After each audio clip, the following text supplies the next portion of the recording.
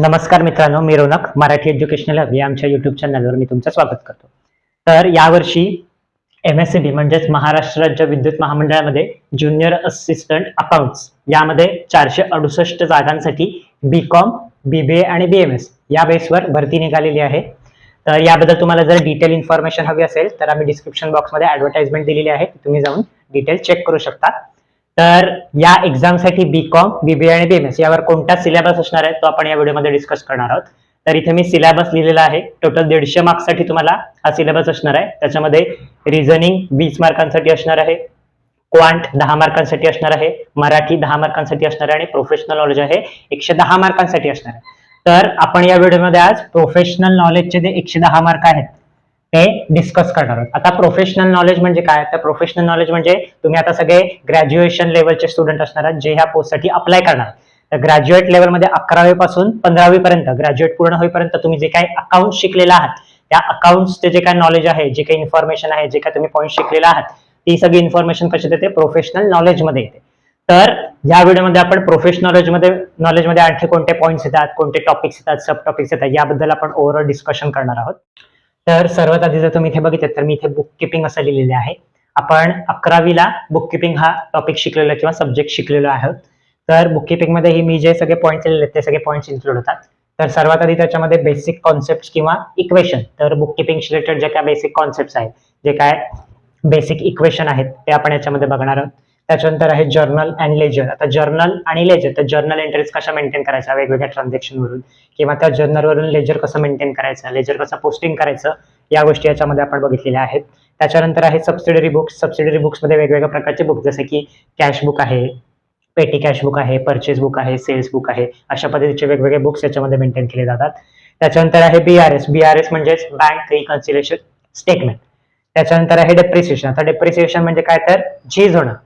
जेव्हा आपण एखादी असेट्स खरेदी करतो तेव्हा त्याची जी प्राइस असते ती काही वर्षानंतर त्याची प्राइस काय होते? कमी होते, कारण आपण त्याचा वापर केलेला असतो. मग वापर करून करून त्या वस्तूची किंवा त्या असेटची किंमत काय होते? कमी होते. याला काय म्हणतात? डेप्रिसिएशन असं म्हणतात. त्याच्यानंतर आहे final account of sole trader. आता final account of sole trader म्हणजे काय? सोल ट्रेडर म्हणजे कोण? जो एकच व्यक्ती त्या बिझनेसचा मालक असतो, म्हणजे स्वतःचा एकट्यानेच त्याने पैसे गुंतवून तो बिझनेस सुरू केलेला असतो. मग बिझनेसमध्ये प्रॉफिट झाला, लॉस झाला की त्याच्यासाठी तो एकटाच जबाबदार असतो. याला म्हणतात final account of sole trader. त्याच्यानंतर आहे NPO. NPO म्हणजे नॉट फॉर प्रॉफिट ऑर्गनायझेशन. आता नॉट फॉर प्रॉफिट ऑर्गनायझेशन म्हणजे काय? तर ना नफा ना तोटा या बेसिसवर जी कंपनी किंवा जी संस्था स्थापन झालेली असते त्याला नॉट फॉर प्रॉफिट ऑर्गनायझेशन असं म्हणतात. तर त्यांचं अकाउंटिंग कसं मेंटेन केलं जातं, बुक किपिंग कसं मेंटेन केलं जातं हे याच्यामध्ये आपण शिकलेलो आहोत. त्याच्यानंतर आहे सिंगल एंट्री सिस्टम किंवा इनकम्प्लीट रेकॉर्ड ऑफ सिस्टम. आता सिंगल एंट्री सिस्टम ही इनकम्प्लीट रेकॉर्ड सिस्टम आहे ज्याच्यामध्ये कम्प्युटराइज मेथड वापरली जात नाही. आजकाल अशा बिझनेस ऑर्गनायझेशन आहेत छोट्या किंवा मोठ्या ज्याच्यामध्ये ही सिस्टम वापरली जाते, त्याच्याबद्दल इन्फॉर्मेशन आपण बघितलेली आहे. आणि त्याच्यानंतर आहे CAS किंवा टॅली ERP. आता CAS म्हणजे काय? तर कम्प्युटर ऍप्लिकेशन सिस्टम किंवा टॅली ERP याबद्दल सुद्धा तुम्हाला बेसिक नॉलेज याच्यामध्ये शिकवलं गेलेलं आहे. त्याच्यानंतर इकडे जर तुम्ही बघितलं तर दुसरा मी टॉपिक लिहिलेला आहे कॉर्पोरेट अकाउंट. आता कॉर्पोरेट अकाउंट म्हणजे काय? तर मोठ्या मोठ्या ज्या बिझनेस ऑर्गनायझेशन असतात, मग त्या नॅशनल असो किंवा मल्टीनॅशनल असो, तर त्यांचा जो बिझनेस चालतो तो कोणत्या बेसिसवर चालतो ते याच्यामध्ये आपण शिकणार आहोत. तर पहिलं जर तुम्ही बघितलं तर शेअर्स अँड डिबेंचर्स. कंपनीचं जे भांडवल असतं किंवा कॅपिटल असतं ते वेगवेगळ्या मार्गांनी आणलं जातं. तर ते कोणत्या मार्गांनी आणलं जातं? तर हे शेअर्स आणि डिबेंचर्स म्हणजेच भाग आणि कर्जरोखे आहे यांच्या माध्यमातून ते आणलं जातं. त्याच्यानंतर लिक्विडेशन ऑफ कंपनीज. आता लिक्विडेशन ऑफ कंपनीज म्हणजे काय? जेव्हा छोट्या बिझनेस ऑर्गनायझेशन किंवा ज्या पार्टनरशिप ऑर्गनायझेशन असतात त्या बंद झाल्या तर त्याला आपण डिझोल्युशन असं म्हणतो. पण जर मोठमोठ्या कंपनीज जर बंद झाल्या किंवा त्या बंद करायच्या असतील तर त्याला काय म्हणतात? त्या प्रोसेसला काय म्हणतात? लिक्विडेशन ऑफ कंपनीज असं म्हणतात. त्याच्यानंतर फायनान्शियल स्टेटमेंट ऑफ कंपनीज. कंपनीचे जे वेगवेगळे फायनान्शियल स्टेटमेंट असतात जे वर्षभरात त्यांनी मेंटेन केलेले असतात ते. त्याच्यानंतर profit and loss prior to incorporation. Company सुरू व्हायच्या आधी किंवा कंपनी सुरू होताना जी काय प्रोसेस होते त्याच्यामध्ये जो काय आपल्याला प्रॉफिट येतो, जो काय आपल्याला लॉस होतो तो इथे दाखवला जातो. त्याच्यानंतर accounting for bonus issue. Bonus issue करताना कोणकोणत्या अकाउंटिंग सिस्टम्स आपल्याला मेंटेन करावे लागतात, कोणत्या कोणत्या बुक्स आपल्याला मेंटेन करावे लागतात किंवा कोणकोणते रूल्स आपल्याला फॉलो करावे लागतात. त्याच्यानंतर अमालगमेशन अँड रिकन्स्ट्रक्शन. कंपनीचं अमालगमेशन करताना किंवा रिकन्स्ट्रक्शन करताना कोणत्या गोष्टी आपल्याला फॉलो कराव्या लागतात हे आपण कशामध्ये बघणार आहोत? कॉर्पोरेट अकाउंट यामध्ये बघणार आहोत. त्यानंतर पुढे जर तुम्ही बघितलं तर पॉईंट आहे अकाउंटिंग फॉर स्पेशल ट्रान्झॅक्शन. बिझनेसमध्ये जे वेगवेगळे स्पेशल ट्रान्झॅक्शन केले जातात त्याच्या अकाउंट्स बद्दल जी काही इन्फॉर्मेशन आहे त्याचा अभ्यास तुम्हाला करायचा आहे. तर त्याच्यामध्ये जर तुम्ही बघितलं तर HPS आणि IPS. आता HPS म्हणजे हायर परचेस सिस्टीम, IPS म्हणजे इन्स्टॉलमेंट पेमेंट सिस्टीम, याबद्दल तुम्हाला अभ्यास करायचा आहे. त्याच्यानंतर आहे investment accounting, insurance claim, issue in partnership, branch account, हे जे वेगवेगळे पॉईंट्स आहेत याच्याबद्दल डिटेल अभ्यास तुम्हाला यामध्ये करायला लागणार आहे. त्याच्यानंतर पुढे जर बघितलं तुम्ही तर कॉस्ट अकाउंटिंग आहे. आता कॉस्ट अकाउंटिंग म्हणजे काय, तर बिझनेसमध्ये किंवा बिझनेस मध्ये रॉ मटेरियल खरेदी केल्यापासून त्याचा फिनिश गुड्स तयार होईपर्यंत जो काय खर्च होतो तो त्याच्यासाठी आपल्याला काय करावं लागतं, कॉस्ट अकाउंटिंग मेंटेन करावं लागतं. तर कॉस्ट अकाउंटिंग मेंटेन करताना आपल्याला कोणत्या कोणत्या गोष्टी विचारात घ्याव्या लागतात, त्या सगळ्या गोष्टी आपल्याला कॉस्ट अकाउंटिंग मध्ये अभ्यास करायच्या आहेत. तर त्याच्यामध्ये पहिलं आहे इंट्रोडक्शन. कॉस्ट अकाउंटिंग म्हणजे काय, त्याच्यामध्ये कोणकोणत्या मेथड येतात, कोणकोणत्या गोष्टी त्याच्यात विचारात घ्यायला लागतात. त्याच्यानंतर मटेरियल, लेबर, ओव्हरहेड्स. मटेरियल म्हणजे रॉ मटेरियल आपण खरेदी करतो, त्याच्यानंतर त्याच्यावर प्रोसेस करून त्याच्यावर फिनिश गुड्स तयार करतो, त्याच्यासाठी आपल्याला काय कॉस्ट लागते. त्याच्यानंतर लेबर, माल तयार करण्यासाठी वेगळे आपल्याला प्रोसेस करायला लागतात. त्या प्रोसेस करताना आपल्याला किती लेबर लागतो, त्यांना किती आपल्याला चार्जेस करायला लागतात. त्याच्यानंतर ओव्हरहेड्स म्हणजे रॉ मटेरियल खरेदी करण्यापासून फिनिश गुड्स तयार होईपर्यंत जे काही वेगवेगळे छोटे मोठे आपल्याला खर्च करावे लागतात ते ओव्हरहेड्स मध्ये येतात. त्याच्यानंतर आहे स्टँडर्ड कॉस्टिंग, मार्जिनल कॉस्टिंग. त्याच्यानंतर आहे break even analysis, budgetary control. त्याच्यानंतर activity based costing, ratio analysis, cash flow analysis, या सगळ्याबद्दल डिटेल आपल्याला यामध्ये अभ्यास करायचा आहे. पुढे जर तुम्ही बघितलं तर पुढचा पॉईंट आहे ऑडिटिंग. ऑडिटिंग म्हणजे काय, तर अंकेक्षण किंवा हिशेब तपासणी असं वगैरे आपण म्हणू शकतो. तर छोटे जे बिझनेस ऑर्गनायझेशन असतात किंवा व्यवसाय असतात त्याच्यामध्ये अकाउंटिंग केलं जातं, वेगवेगळे ट्रान्झॅक्शन चेक केले जातात.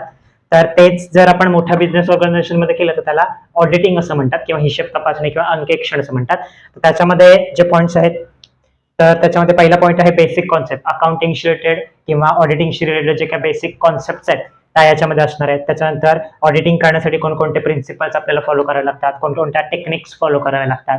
त्याच्यानंतर preparation for an audit. Audit करताना कोणकोणत्या गोष्टींचं आपल्याला प्रिपेअर करावं लागतं, कोणकोणत्या गोष्टींचं प्रिपरेशन करावं लागतं. त्याच्यानंतर इंटरनल कंट्रोल. बिझनेसमध्ये इंटरनल कंट्रोल करताना आपल्याला काय काय गोष्टी लक्षात घ्याव्या लागतात. त्याच्यानंतर टाइप्स ऑफ ऑडिट. वेगवेगळ्या प्रकारचे ऑडिटचे टाइप्स असतात, त्या वेगवेगळ्या टाइप्स बद्दल इन्फॉर्मेशन जाणून घेणं. किंवा ऑडिट रिपोर्ट. ऑडिट केल्यानंतर त्याचा आपल्याला रिपोर्ट तयार करावा लागतो. त्याच्यानंतर वाउचिंग अँड व्हेरिफिकेशन. आता वाउचिंग अँड व्हेरिफिकेशन कसं करतात, तर असेट्स अँड लायबिलिटीचं वाउचिंग आणि व्हेरिफिकेशन करतात. तर ते ऑडिटिंग करताना आपल्याला करावं लागतं. त्याच्यानंतर कॉस्ट ऑडिट. हे वेगवेगळ्या प्रकारचे जे काही पॉईंट्स आहेत ते आपल्याला कशामध्ये शिकायचे आहेत, तर ऑडिटिंग यामध्ये आपल्याला शिकायचे. त्याच्यानंतर पुढचं जर तुम्ही बघितलं तर फायनान्शियल मॅनेजमेंट. फायनान्शियल मॅनेजमेंट म्हणजे काय, तर बिझनेस सुरू करताना किंवा बिझनेस चालू असताना वेगवेगळ्या गोष्टी आपल्याला फायनान्स करायला लागतात, वेगवेगळ्या गोष्टींचा फायनान्स आपल्याला विचार करावा लागतो, तो कसा मॅनेज करायचा, या गोष्टी आपण याच्यामध्ये शिकणार आहोत. त्याच्यामध्ये पहिले जर तुम्ही बघितलं तर scope and source of finance. फायनान्ससाठी कोणकोणत्या स्कोप असतो किंवा कुठून आपण ते वेगवेगळ्या सोर्सेस मधून फायनान्स उभा करू शकतो, हे कसं कुठून आपण शोधायचं किंवा कसं लक्षात घ्यायचं, हे याच्यामध्ये शिकणार आहोत. त्याच्यानंतर objective of financial management. Financial management का करायचं, त्याच्यामध्ये काय ऑब्जेक्टिव्ह आहेत, काय उद्दिष्ट आहेत. त्याच्यानंतर टाइम व्हॅल्यू ऑफ मनी. त्याच्यानंतर आहे फायनान्शियल डिसिजन्स. वेगवेगळे फायनान्शियल निर्णय घेण्यासाठी आपल्याला कोणत्या गोष्टींचा विचार करावा लागतो. त्याच्यानंतर इन्व्हेस्टमेंट डिसिजन. फायनान्स आपला मेंटेन राहावा नीट, याच्यासाठी कुठे आपण इन्व्हेस्टमेंट केली पाहिजे, कुठे नाही केली पाहिजे. त्याच्यानंतर टाइप्स ऑफ फायनान्सिंग. फायनान्सिंग करताना पण त्याचे वेगवेगळे प्रकार असतात. किंवा लिव्हरेजेस. हे असे वेगवेगळे जे टॉपिक्स आहेत किंवा याच्या व्यतिरिक्त अजून बरेच काही टॉपिक्स आहेत ते तुम्हाला इथे डिटेलमध्ये शिकायचे आहेत. त्याच्यानंतर पुढचा जर तुम्ही टॉपिक बघितला तर तो आहे इन्कम टॅक्स. सर्वात इम्पॉर्टंट आणि महत्वाचा टॉपिक म्हणजे हा इन्कम टॅक्स. त्याच्यामध्ये खूप जास्त वास्ट सिलेबस तुम्हाला असणार आहे. तर त्याच्यामध्ये पहिला आहे the income tax act 1961. Income टॅक्सचा जो काय ऍक्ट आहे 1961 त्याच्याबद्दल तुम्हाला थोडीफार बेसिक माहिती असणं गरजेचं आहे.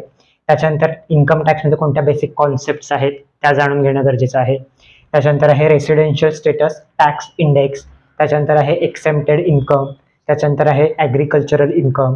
त्याच्यानंतर computation of taxable income under various head. विविध हेड्स असतात त्याच्याखाली आपण कशी इन्कम कॅल्क्युलेट करतो, कम्प्युट करतो, हे कसं कम्प्युट करायचं हे आपण याच्यामध्ये बघणार आहोत. त्याच्यानंतर आहे deductions from gross total income. Gross total income म्हणा कोणकोणत्या गोष्टी डिडक्ट केल्या जातात. त्याच्यानंतर ऍडव्हान्स टॅक्स अँड TDS याबद्दल आपण डिटेलमध्ये इन्फॉर्मेशन यामध्ये शिकणार आहोत. तर आतापर्यंत जे तुम्ही पॉईंट्स बघितलात किंवा टॉपिक बघितलात ते तुम्ही सिलेबसमध्ये शिकलेले टॉपिक आहेत, म्हणजे ग्रॅज्युएट लेवलपर्यंत तुम्ही या सगळ्या गोष्टींचा अभ्यास केलेला आहे ऑलरेडी.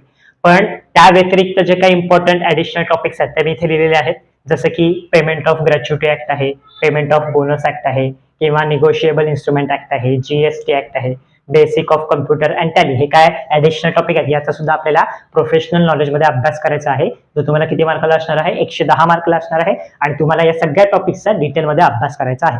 तर या सब्जेक्टशी रिलेटेड किंवा टॉपिकशी रिलेटेड डिटेलमध्ये नोट्स प्रोव्हाइड करण्याचा आम्ही प्रयत्न करणार आहोत. आणि याच्याशी रिलेटेड जे काही एमसीक्यू आहेत त्याची सुद्धा आम्ही प्रॅक्टिस करून घेणार आहोत. तर तुम्हाला या सगळ्या टॉपिक्स बद्दल किंवा प्रोफेशनल नॉलेज बद्दल अजून इतर काही माहिती हवी असेल तर डिस्क्रिप्शन बॉक्समध्ये आम्ही कॉन्टॅक्ट नंबर दिलेला आहे, त्याच्यावर तुम्ही कॉन्टॅक्ट करू शकता किंवा आम्हाला कमेंट सेक्शनमध्ये करू शकता.